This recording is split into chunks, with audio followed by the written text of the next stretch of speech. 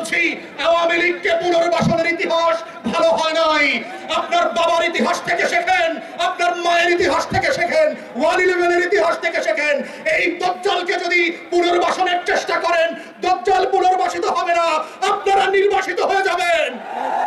যারা বোধ করছেন 24-এর গণ-অভ্যুত্থানে যারা বুক চেয়ে রক্ত দিয়ে বুলেটকে সামনে রেখে শত বাধা উপেক্ষা করে বাংলাদেশকে শুধু আওয়ামী ফ্যাসিবাদ না দিল্লির আধিপত্যবাদ থেকে মুক্ত করেছে, তাদেরকে এনডিটিভিতে আর রয়টার্সে রাতের আধারে ইমেইলে সাক্ষাৎকার দিয়ে বাংলাদেশের মানুষকে ভয় দেখাবেন। সেই ভয়ের রাজ্যে আমরা বাস করি না। শত শত হাজার হাজার লক্ষ লক্ষ আবু সাইদ মুগ্ধরা বুক চিতিয়ে বাংলাদেশের প্রান্তে প্রান্তে সীমান্তে সীমান্তে পাহারাদার হয়ে বসে আছে বাংলাদেশের লাল সবুজের পতাকাকে হেফাজত করবার জন্য।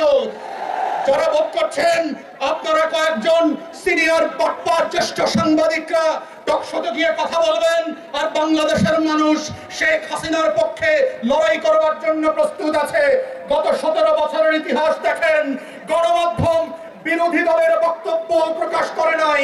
টকশোতে বিএনপি জামাতের বক্তব্য ছিল না, কোন গণমাধ্যম তাদের খবর বক্তব্য পর্যন্ত প্রকাশ করায় আদালতের নিষেধাজ্ঞা ছিল। তারপরেও কিন্তু গণ-অভ্যুত্থান ঠেকাতে পারেন নাই। মাথায় রাখেন, শুধুমাত্র গণমাধ্যমের ইতিহাস দিয়ে, শুধুমাত্র আওয়ামী ফ্যাসিবাদের কিছু দালালদেরকে দিয়ে টকশো করিয়ে বুদ্ধিদীপ্ত ভাবে বাংলাদেশকে আবার আওয়ামী রাজকরণ করবেন, সেই বাংলাদেশ দিল্লিতে ফিরবে, সোনার বাংলায় ফিরবে না।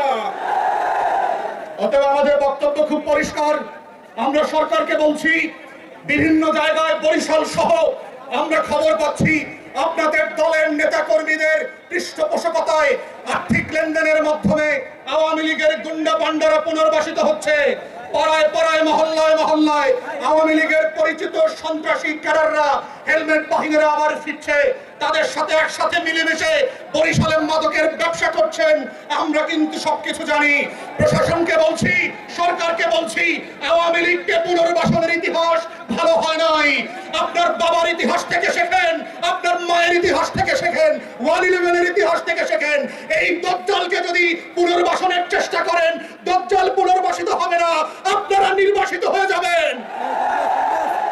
অতএব আমরা বলছি, এখানে আজকে 11 দলের ঐক্যের শীর্ষ নেতা, সংসদের বিরোধী দলীয় নেতাকে আহ্বান করছি, দয়া করে সংসদে বিল উত্থাপন করেন।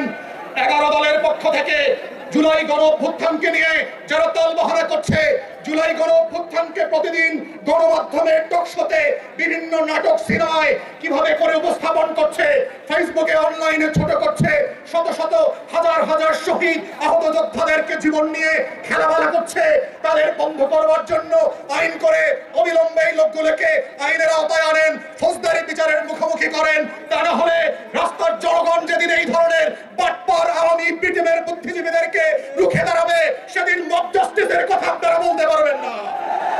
ঠিক একইভাবে 2 বছর পেরিয়ে গেছে, এখনো শহীদদের তালিকা হয় নাই, এখনো আহত প্রতিবন্ধী যোদ্ধাদের তালিকা হয় নাই, তাদের পুনর্বাসন করা হচ্ছে না।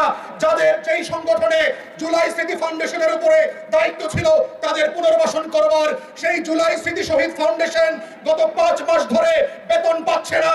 এগুলো হচ্ছে সরকারি দলের গণ-অভ্যুত্থান নিয়ে টাউটামি করার ইতিহাস। আমরা আপনাদেরকে বলছি, অবিলম্বে এই পুনর্বাসন করবার জন্য যেই টাকা বরাদ্দ দেওয়ার কথা ছিল তাদেরকে সেই বরাদ্দ দিতে হবে।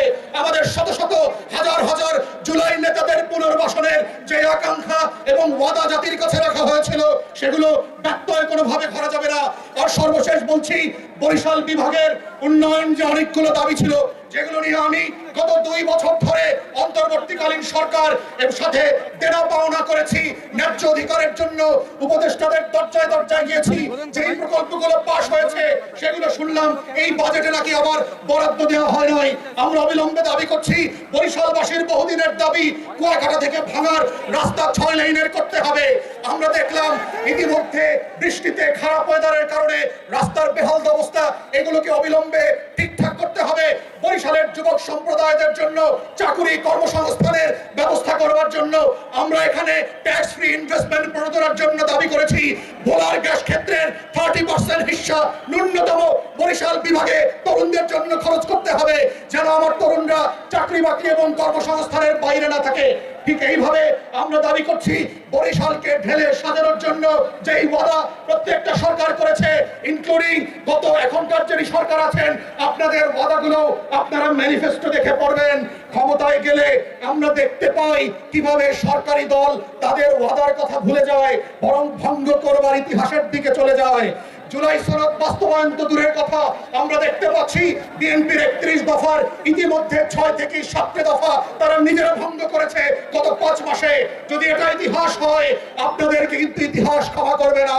মনে রাখবেন, জুলাই জাতীয় সনদ গণভোটের গণরায় বিচার প্রক্রিয়াকে তালবাহানার মধ্য দিয়ে অকেজ করে দেওয়ার কোনো ষড়যন্ত্র আমরা এবং সারা দেশের মানুষ মানব না।